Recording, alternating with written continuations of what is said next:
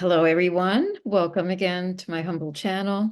I'm a little excited because this is going to be a little different. And as I mentioned previously, I wanted to, in this journey of finding out who's who's this person, who's me, in a more deeper level, um, I thought it would be great to start looking into my ancestry to understand a little bit more of not who I am as Vicky, born in New York and lived in the U.S. and I have having a job title, a degree, or etc.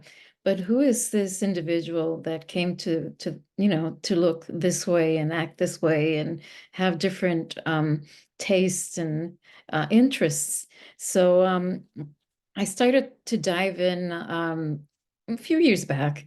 And I'll be honest with you, it started with ancestry and I got into it. So I know some people are probably not too crazy about it, but um, it actually confirmed a lot of things that within my family. So I thought this would be great because I feel that it would enrich um, you as a person, I think myself, and give you some more empowerment to know more about you, about your family, about your tribe.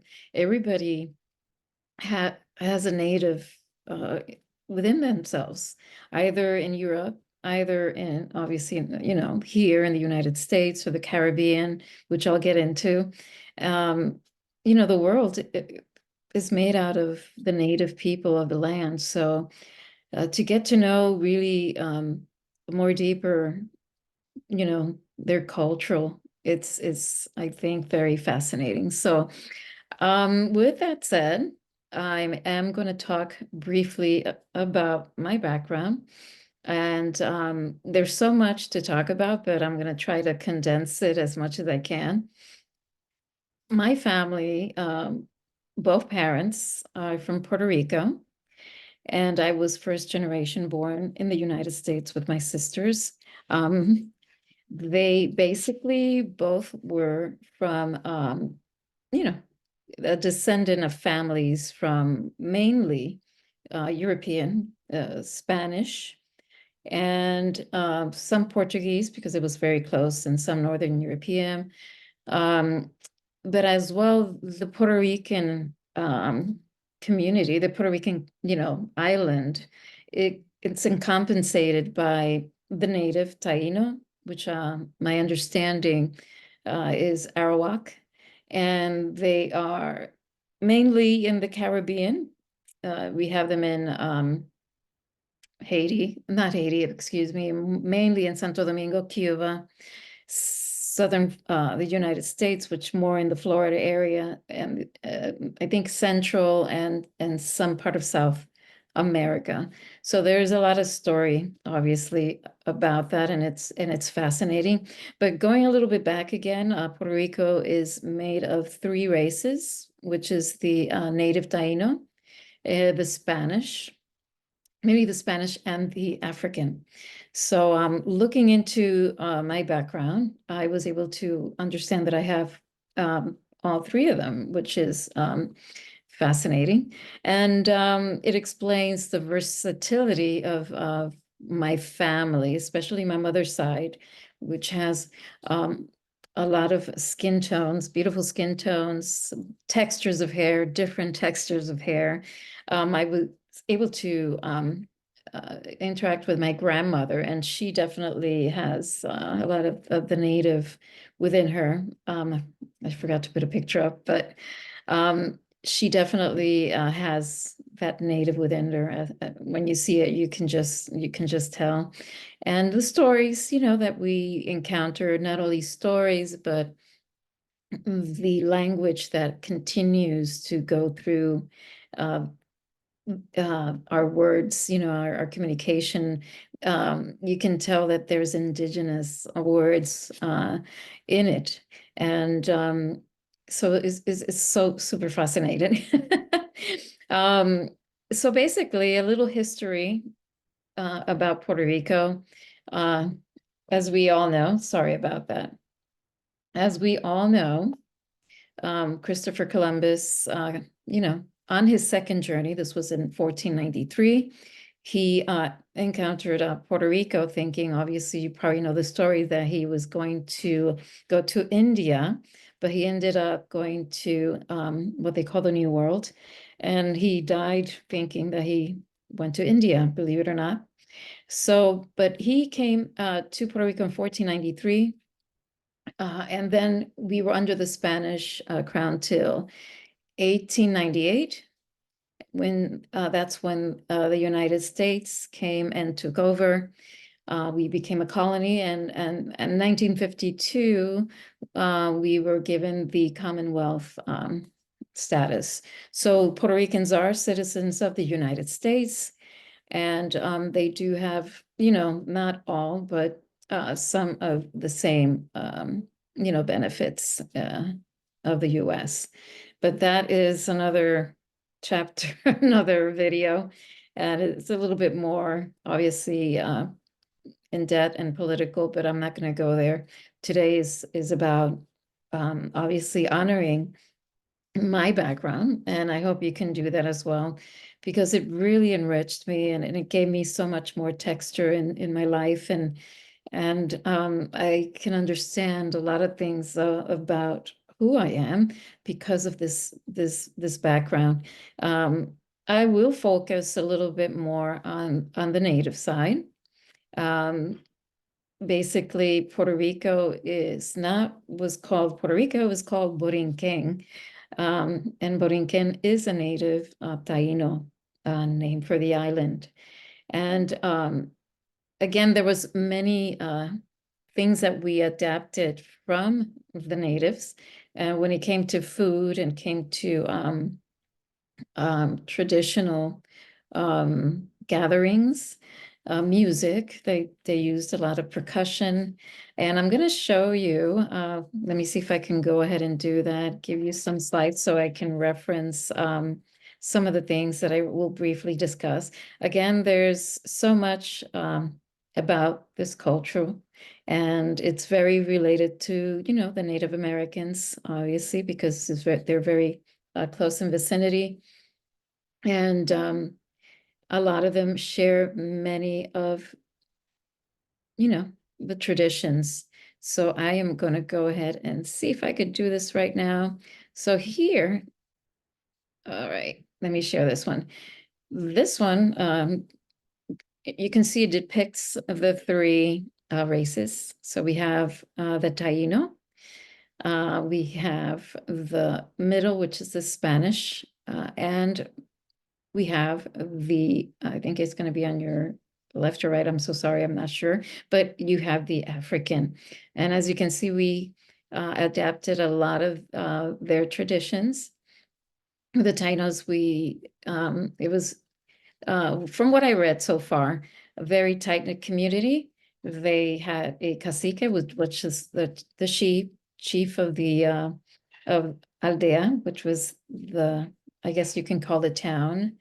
And they had hierarchy, and basically they worked very well as a community. Each female and male would have their roles of what to do.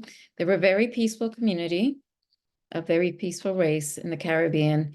They were, what I understand, they were very brave and fighters if need be. They were not in any way looking to look for any trouble. But we had the Caribs, which would sometimes come over and cause trouble.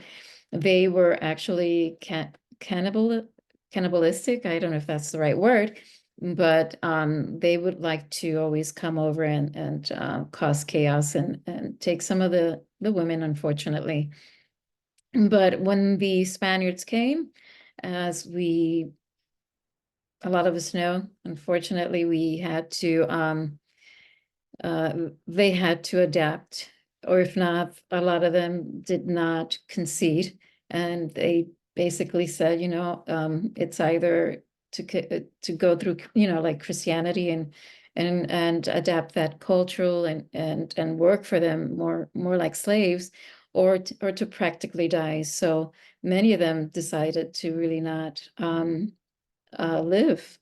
And a lot of them, even though they say that they were extinct, as we come to know now, they weren't. There's a small, community in Puerto Rico, and we have, like I said, a percentage of Taino in a lot of the Puerto Ricans that live in the island, and of course elsewhere. So it's, again, very encouraging, and I encourage everyone to look into it. Now, this is basically a area in Puerto Rico. I'm not sure if it's Guaynabo or Juncos, but this is basically depicting in one of the areas that we have the petroglyphs, the instruments that were used, and the attire. We have, this is one of the petroglyphs. This symbolizes the sun. We have another one here that symbolizes the semi. Let me see if this is basically stone petroglyphs, or I think if I'm not mistaken, they're called petroglyphs too.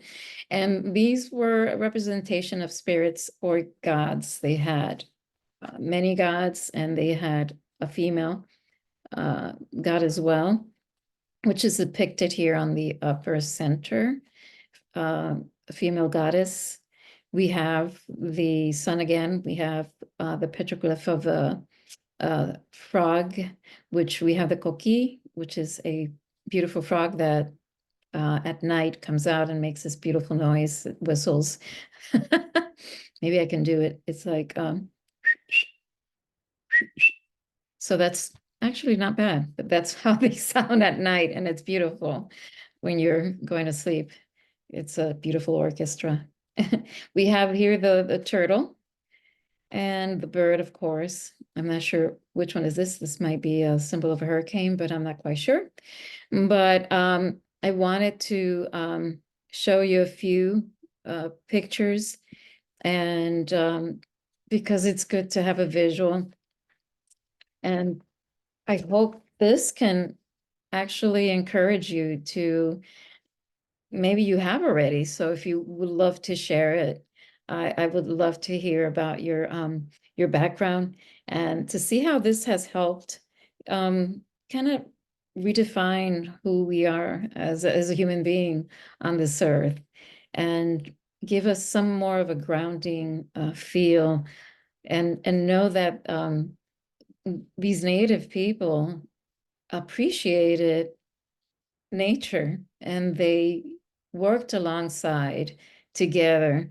They were connected to the stars, they were connected to the ground, they were connected to the animals, and they appreciated everything that they had. One of the things the Spaniards, and I think it was Christopher Columbus who noted, was that they didn't have a monetary system. There was no need for that. They all worked together, and they all exchanged, there were other tribes within the island that would come together, and they would do an exchange. And it was beautiful to read about, and it's encouraging, because especially nowadays that we see all this craziness and stress, because we feel we don't have enough, but we have everything. And to have that type of mentality of not having, when we're born into a place of abundance, it's really crazy. But we have to come together, and I feel that with all this information that hopefully I'm gathering and encouraging for you to look into, will start to make you become aware of the things that we weren't taught about. I mean, all of this, excuse me, it wasn't really ingrained or taught. It was more superficial. Yes, the Tainos were here and they were extinct, but actually they weren't. And we learned more about the Spaniards. I mean, when I went to college and studied, they were more into giving you information about the Spaniards. So, but now, even though I embrace that part of me, I want to know the others, and having a little bit of the native has been very, very powerful, encouraging. So I hope this helps, and And let's see what happens next. I mean, it can go anywhere, but maybe I'll talk about the Spaniards. Maybe I'll talk a little bit about part of the me that I have is Portuguese, or let's see what comes up. But all I know is that the deeper I go, the more enriching it is.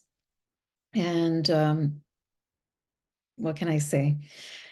It's all good. So take care, and I will look forward to seeing you next time. Thank you.